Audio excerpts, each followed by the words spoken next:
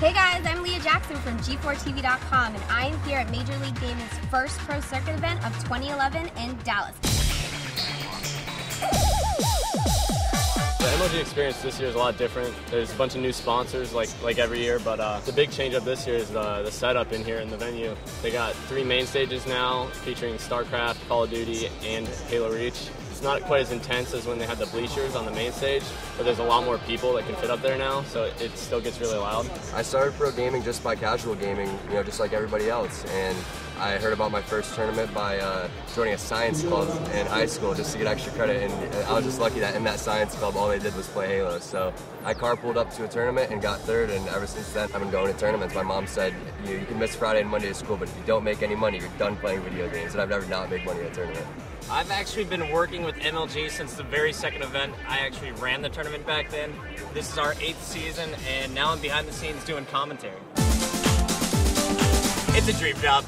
Basically, I get to watch my favorite thing in the whole world. That's Halo Reach gameplay. The best games in the world are all here at MLG, and it's my job to talk about them. It's just phenomenal. Everyone in the world wants to compete at MLG. The top teams in the world are here competing.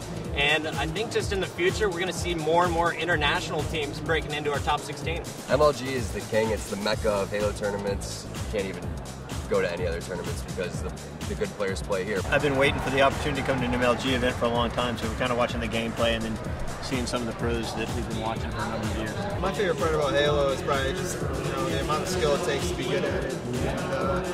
And, being a professional athlete, it takes a lot of work to be good at what you do, and just the time and the skill that these guys have is just, it's amazing.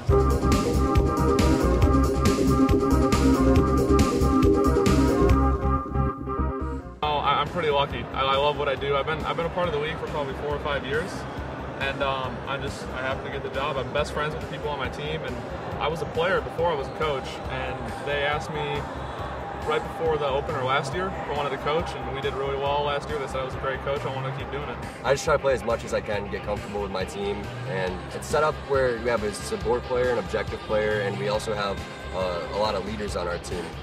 We can all step up and tell each other, to do a certain thing, which a lot of other teams can't do, and we also take constructive criticism really well. So, that makes us a very aggressive team. 3 of us have been in the league for a long time, 5, 6 years. For the other guys, I've been in the league for 8 years. We have different strats, there's different game types within Halo, so we work on different strategies for all the different game types, and those all come into play when we finally play on the main stage here. We had, I think, 5 or 6 pre-tournament lands where we would fly in all these other top teams, like 6 or 7 of the teams all come to the house. We play upwards of 50 to 80 games a day, 5 days straight. It's so much gaming, you have no idea. It's a lot of practice goes into the tournament. They are definitely prepared. I put myself in my own little bubble, but that's when I thrive, and the environment is just unreal. I can't even explain it. You'd have to experience it yourself.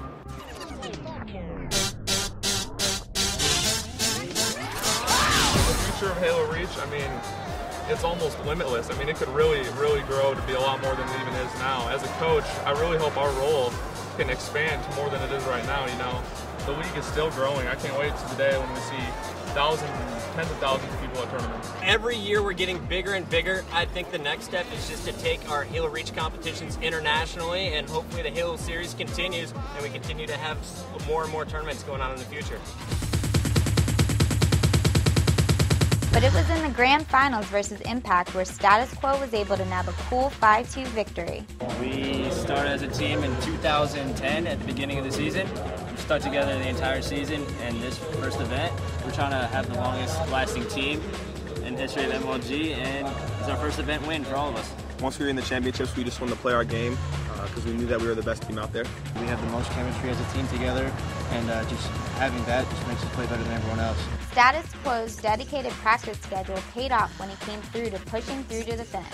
The best moment had to have been the last game, definitely. When we armed the second bomb, we were up 2-0 with like 3 minutes left. We knew we had it, and we were just trying to outslay them so we can get the win. Once I heard that Status Quo chant, I was pretty excited. Status Quo! Status Quo! Status Quo! So there you have it. I'm Leah Jackson, and keep your eye on G4TV.com for more coverage from MLG Dallas 2011.